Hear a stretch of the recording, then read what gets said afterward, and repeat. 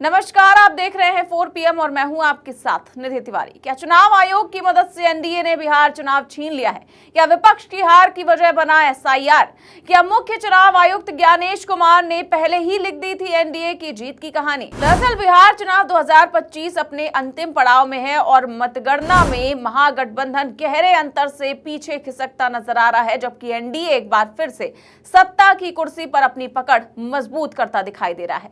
लेकिन जिस तरह की आरोप विपक्ष की तरफ से उठ रहे हैं, उसने पूरे चुनाव को कटघरे में खड़ा कर दिया है। कांग्रेस समेत अन्य विपक्षी दलों ने बिहार विधानसभा चुनाव की मतगणना के बीच मुख्य चुनाव आयुक्त ज्ञानेश कुमार के खिलाफ मोर्चा खोल दिया है और उन्हें ही एनडीए की जीत का असली हीरो बताया जा रहा है। तो क्या सच में ज्ञानेश कुमार ने एनडीए की जीत की कहानी लिखी है और इनको लेकर विपक्षी दलों का क्या कुछ कहना है, आपको बताएंगे इस वीडियो में। अब देखिए, जितनी गिनती अभी तक हुई है उससे एक बात तो साफ हो गई है कि नीतीश कुमार एक बार फिर से सब पर भारी पड़ रहे हैं। लेकिन इन नतीजों ने सारे विश्लेषकों को भी चौंका दिया है, क्योंकि जिस तरीके से चुनावों के दौरान सरकार के खिलाफ नाराजगी देखने को मिल रही थी, वैसा कुछ भी नतीजों में अब तक नहीं दिखाई दिया। ऐसे में कई लोग सवाल उठा रहे हैं कि आखिर ऐसा कैसे हो गया। इस बीच कांग्रेस पार्टी ने चुनाव आयोग पर एनडीए की मदद करने के गंभीर आरोप लगाए हैं। कांग्रेस पार्टी का साफ कहना है कि बिहार में जो कुछ भी हो रहा है उसकी जिम्मेदारी चुनाव आयोग और एसआईआर की संदिग्ध गतिविधियों पर है। मतगणना के बीच कांग्रेस समेत कई विपक्षी दलों ने मुख्य चुनाव आयुक्त ज्ञानेश कुमार पर सीधे निशाना साध दिया है। विपक्ष के नेताओं का आरोप है कि ज्ञानेश कुमार ही असल में एनडीए के जीत के निर्माता हैं। कांग्रेस प्रवक्ता पवन खेड़ा ने एएनआई से बात करते हुए तंज कसते हुए क्या कुछ कहा है, आप भी सुनिए। शुरुआती रुझान है, थोड़ा इंतजार कर रहे हैं। शुरुआती रुझानों में जरूर लग रहा है कि ज्ञानेश कुमार गुप्ता भारी पड़ रहे हैं बिहार की जनता पर, लेकिन आने वाले कुछ घंटों में स्पष्ट होगा कि बिहार के लोग भारी पड़ेंगे ज्ञानेश कुमार गुप्ता पर या ज्ञानेश कुमार गुप्ता ही भारी पड़ेंगे। देखते हैं, इंतजार कर रहे हैं। सर, कहाँ कमी लगता है रह गई है? अब इसके बाद क्या बचता है? जब मैंने ये एक लाइन बोली तो इसमें मैं बिहार की जनता को तो कम नहीं आंक सकता। उन्होंने पूरा हिम्मत दिखाई है, एसआईआर के बावजूद दिखाई है, वोट चोरी के बावजूद दिखाई है।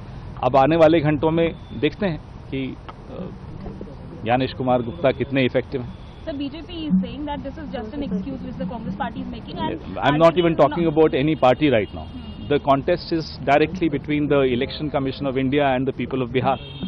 And let's see who wins. Sir, in fact, they are also blaming the Congress party, stating that... As I said, I'm not even talking about parties.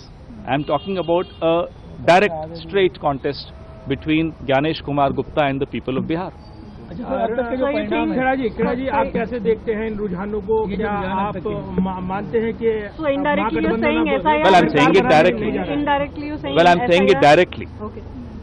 There was a book we all read as children, To Serve with Love. So this is a book written by Gyanesh Gupta for Mr. Modi. Sir, Hindi में जानेंगे कि ये जो रुझान है, आपको लगता है कि ये अब महागठबंधन पिछड़ गया है, हार मानते हैं आप? नहीं, अभी शुरुआती रुझान है और शुरुआती रुझानों में जैसा कि मैंने कहा कि ऐसा लग रहा है कि ज्ञानेश कुमार गुप्ता बिहार की जनता पर भारी पड़ रहे हैं, लेकिन इंतजार करते हैं। आप चुनावी मिलीभगत के आरोप लगा रहे हैं। मैं सीधा सीधा बोल रहा हूं, मैं कोई लाग लपेट के साथ नहीं बोल रहा, मैं सीधा सीधा बोल रहा हूं कि शुरुआती रुझान पिछले 2-2.5 घंटे के रुझानों में ऐसा अभी देखने को प्रतीत हो रहा है कि ज्ञानेश कुमार गुप्ता बिहार की जनता पर भारी पड़ रहे हैं। हो सकता है बिहार की जनता जीते। Sir, before the elections, HM had claimed that they are going to get 160 to 180 seats. They are nearing to So, that I mean, count. that proves what I just said. That only endorses what I just said. Sir, अब आगे क्या करेंगे? आगे की रणनीति क्या होगी? क्योंकि ज्ञानेश कुमार पे डायरेक्ट जो है वो आपने आरोप लगाया है। मैं आरोप नहीं लगा रहा, मैं तो ये देख रहा हूँ कि वो कितने इफेक्टिव हैं। जो वो कर रहे हैं, वो कितनी बखूबी कर रहे हैं, वो देखने को आज मिलेगा। तो सर, आगे अब क्या आगे की रणनीति क्या? आगे की रणनीति आगे चर्चा करेंगे। आज फिलहाल नतीजों पर ही फोकस करते हैं। दरवाजे वगैरह खटखटाने में कोई आगे की रणनीति बाद में बात करेंगे, आज सिर्फ नतीजों पे बात करेंगे। अब देखिए, पवन खेड़ा का बयान चाहे जितना व्यंग्यात्मक हो, लेकिन इसके भीतर छिपी नाराजगी और अविश्वास साफ दिखाई देता है। पवन खेड़ा ही नहीं बल्कि कांग्रेस नेता उदित राज ने भी खुलकर वो सामने आए और उन्होंने बिहार चुनाव में महागठबंधन की गिरती स्थिति के लिए सीधे चुनाव आयोग और एसआईआर को दोषी ठहराया। उदित राज ने क्या कुछ कहा, सुनिए। गठबंधन 70 से 80 के बीच में हिचकोले खा। एसआईआर बढ़त बनाया हुआ है। मैं ये नहीं कहूंगा कि ये जीत बीजेपी और जनता दल योग की है, ये चुनाव आयोग की है, एसआईआर की जीत। और जब वोटर लिस्ट का शुद्धिकरण हुआ था एंड फाइनलाइज हुआ, तो उसके बाद में भी लाखों हजारों गड़बड़ियां इंगित की गई थी, लेकिन एक का जवाब चुनाव आयोग ने दिया नहीं। और जब ऑब्जेक्शंस रेज किए जा रहे थे तो 89 लाख ऑब्जेक्शन दिए गए थे। उसके बाद में भी चुनाव आयोग ने कहा कि कोई हमें कंप्लेंट दे ही नहीं रहा है। जब इस हद तक बेईमानी पर उतर जाए तो क्या ही कहना, लोकतंत्र की हत्या है।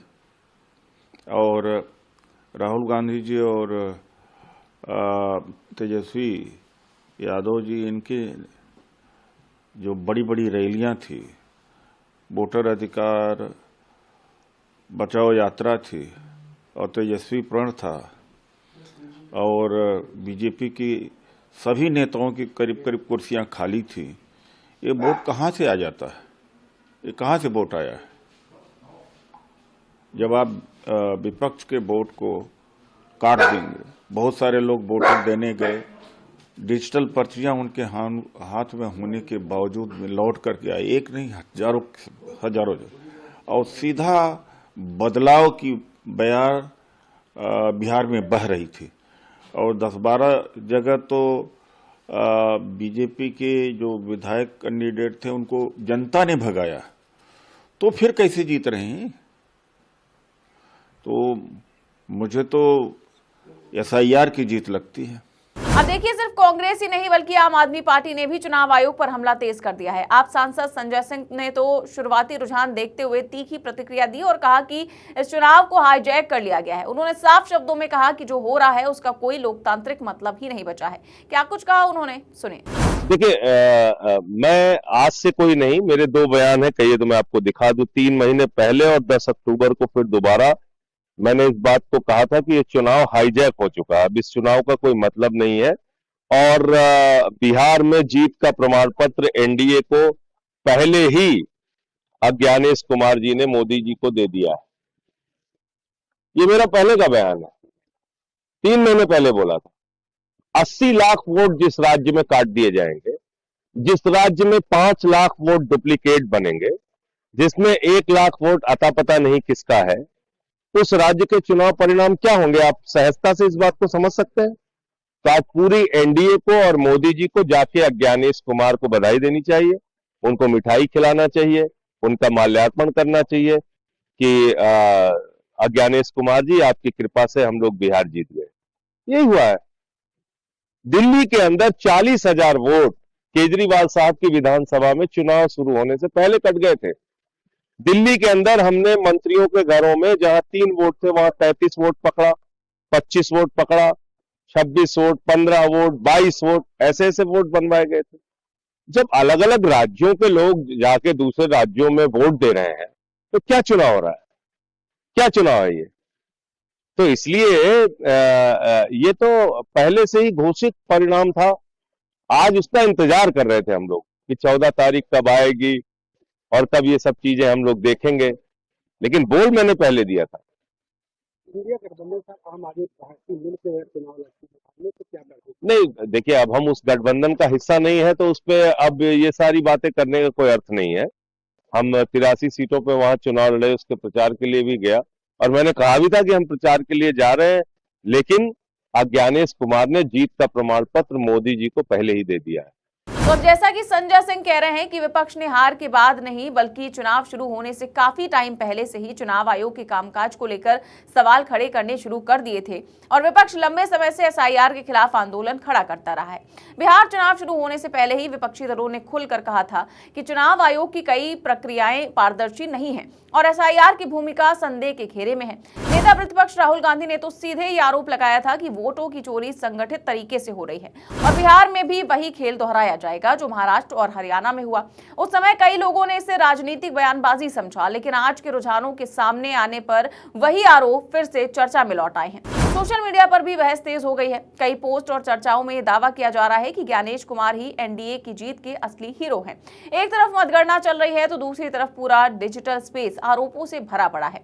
लोग सवाल उठा रहे हैं कि आखिर क्यों हर बार सत्ता पक्ष को लाभ देने वाली परिस्थितियां ही बनती हैं, क्यों हर बार विपक्ष द्वारा उठाए गए प्रश्नों का जवाब कभी भी स्पष्ट रूप से नहीं दिया जाता, और क्यों चुनाव आयोग की कार्रवाई पर विश्वास लगातार कमजोर हो रहा है। बिहार जैसे राजनीतिक रूप से संवेदनशील राज्य में विश्वास का संकट नई बात नहीं है, लेकिन इस बार का तनाव अलग है। विपक्ष के अनुसार ये सिर्फ चुनाव नहीं बल्कि लोकतंत्र की विश्वसनीयता का मामला है। विपक्षी दल ये भी कह रहे हैं कि चुनावी प्रक्रिया से जनता का भरोसा उठने लगा है और इसका सबसे बड़ा कारण चुनाव आयोग की कार्रवाई में दिखती अस्पष्टता है। उनका कहना है कि जब जनता का वोट किसी दूसरे की जेब में चला जाए तो फिर चुनाव का क्या अर्थ रह जाता है। फिलहाल इस पूरे मामले पर आप क्या सोचते हैं, हमें कमेंट बॉक्स में अपनी राय जरूर दें। चैनल को सब्सक्राइब भी करें और ज्वाइन भी करें। देश और दुनिया की तमाम बड़ी खबरें जानने के लिए देखते रहिए 4PM न्यूज नेटवर्क। नमस्कार।